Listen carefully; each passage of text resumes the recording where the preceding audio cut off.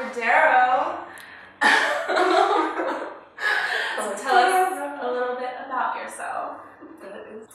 I'm a poet and a painter and a teacher. I grew up in Colville, Washington, which is about 60 minutes north of here, and so I've been in the Pacific Northwest my whole life, and I'm just happy to be a part of this artistic community here now.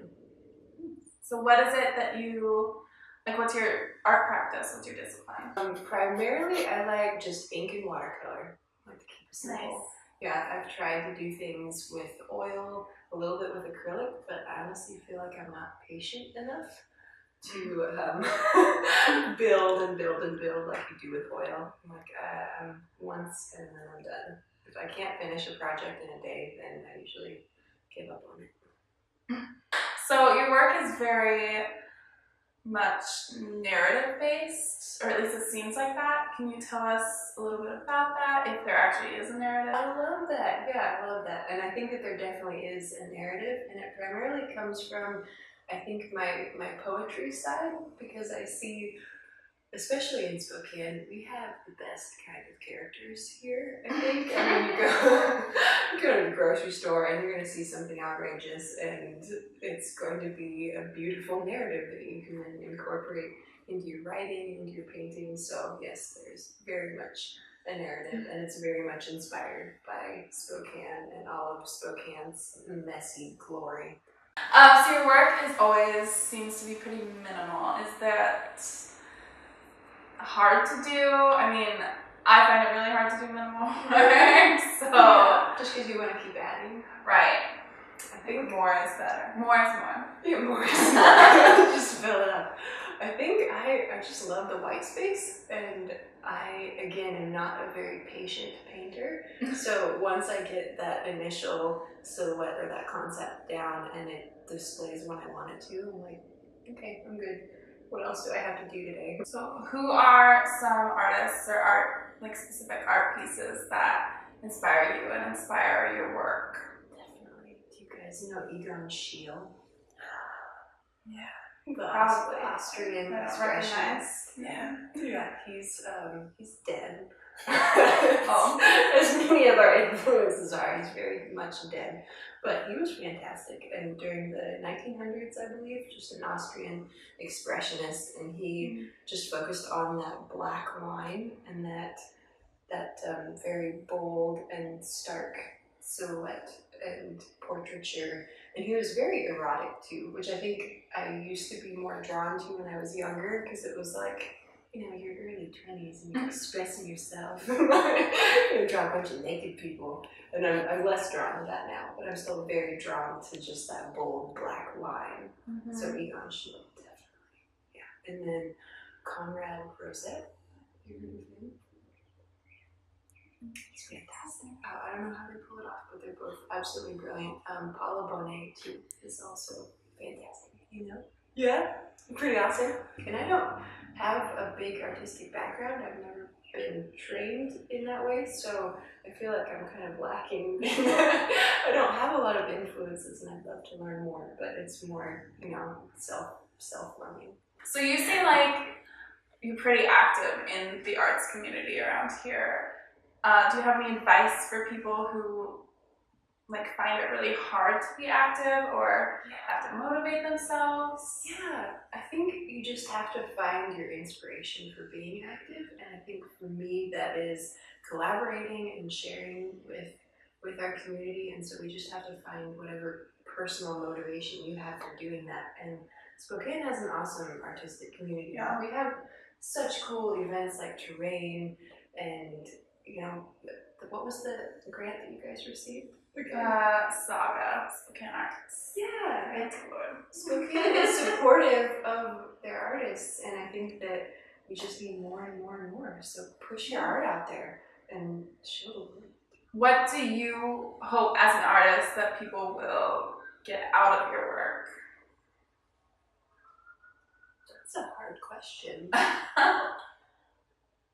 Whatever they need to get out of it, I think.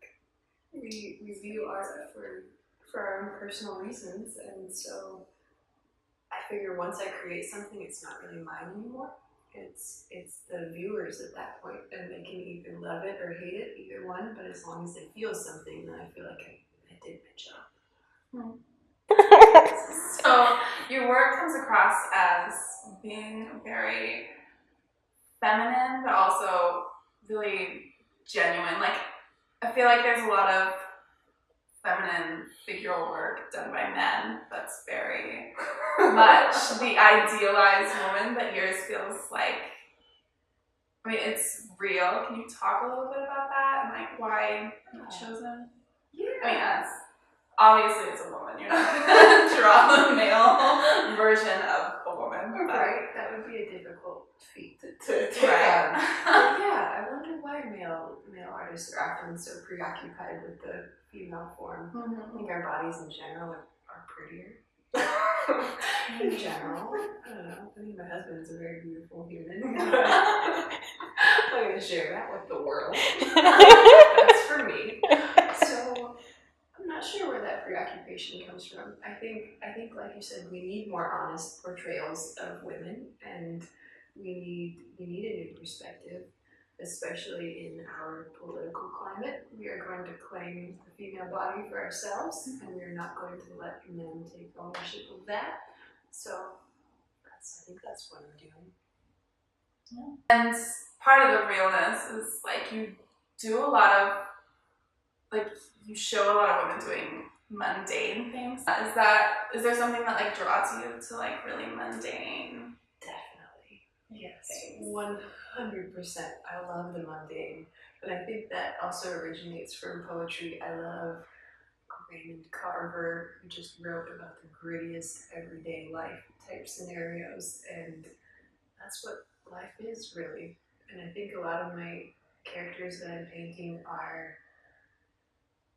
they're lonely.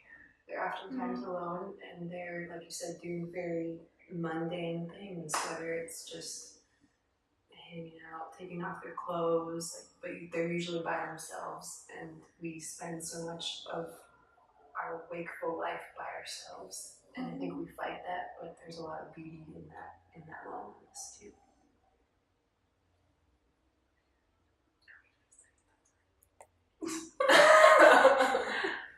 You talked about being a poet throughout this whole thing. We don't know much about poetry. Like, I enjoy it. Can you tell us a little bit about your poetry practice and like what you like to focus on, write about, and Sure. I think it goes back to just the human condition and that tension of loneliness, but living in this big wide world and living amongst people, but feeling like maybe you're the only one that's experiencing something. And we are, right? Because we're experiencing it through our own perspective. And I love the mundane. I love the gritty, which is why I love Spokane.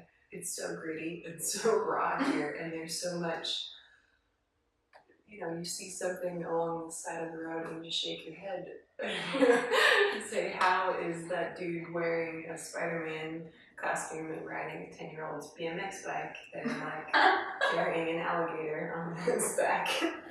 But it's Spokane, and that makes sense here. So those are the types of things I write about. I write about just mundane stuff, outrageous stuff. I write a lot about addiction and that sort of thing. I've had a lot of friends that have struggled with that. So it's just all goes back to the human condition.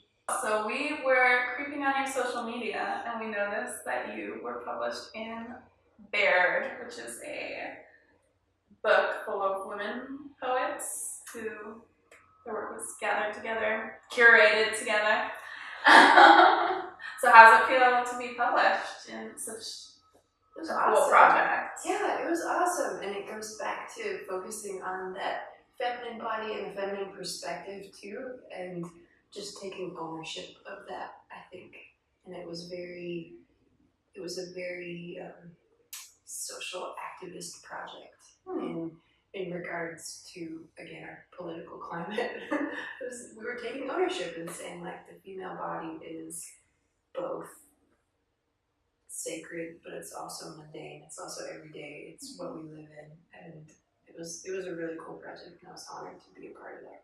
There's something like really iconic about the last few pieces that I've seen of yours, like the really black and white, stark. It seems like it really talks about identity. Is there, I mean, you've already basically said this, but there's something about that you're touching on, or is there? There was just this strange familiarity with some of they're just with this darkness of it. It, like, whether it's just the outfits or even the positions of the figures, there's something so strangely familiar. Like, one of them kind of made me think of Audrey Hepburn.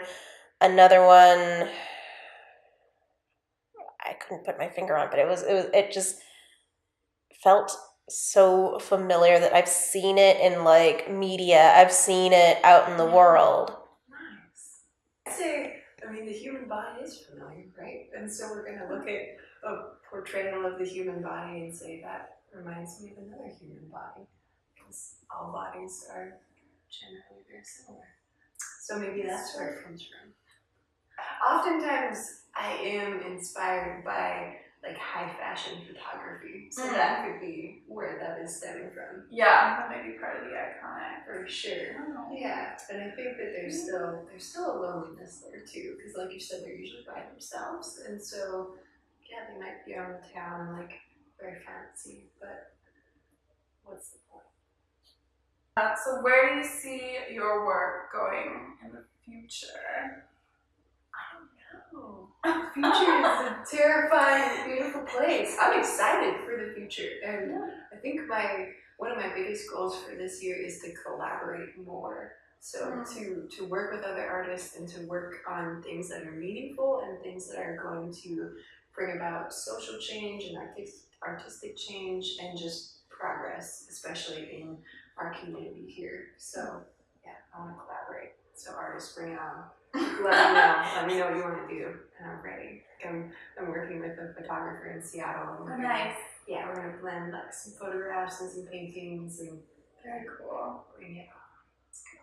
Let's work together. Well, thank you so much for joining us on our Glitter Couch and answering all of our questions. And thank you to everybody who's watching. This is Glitter Couch, and we'll see you next time.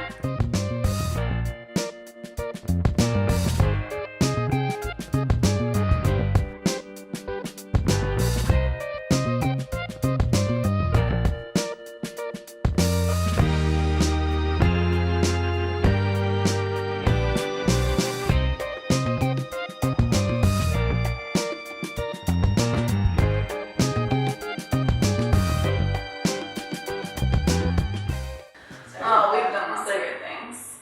Yeah. Mr. Rogers.